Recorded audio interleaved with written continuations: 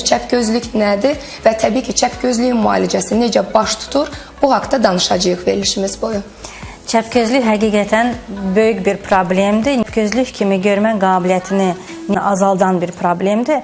Hətta 5%-ə qədər görmə qabiliyyəti azala bilər. Uşaqları gətirəndə əməliyyata tək gözəllik üçün əməliyyata gətirmirsiniz. Burada artıq görmə funksiyaları var, görmə qabiliyyətinin qaldırılması üçün, yüksək olması üçün, binokulyar görmənin təmin etməsi üçün, yəni hər iki gözlə baxıb bir görmək, gözlük görməni pozur.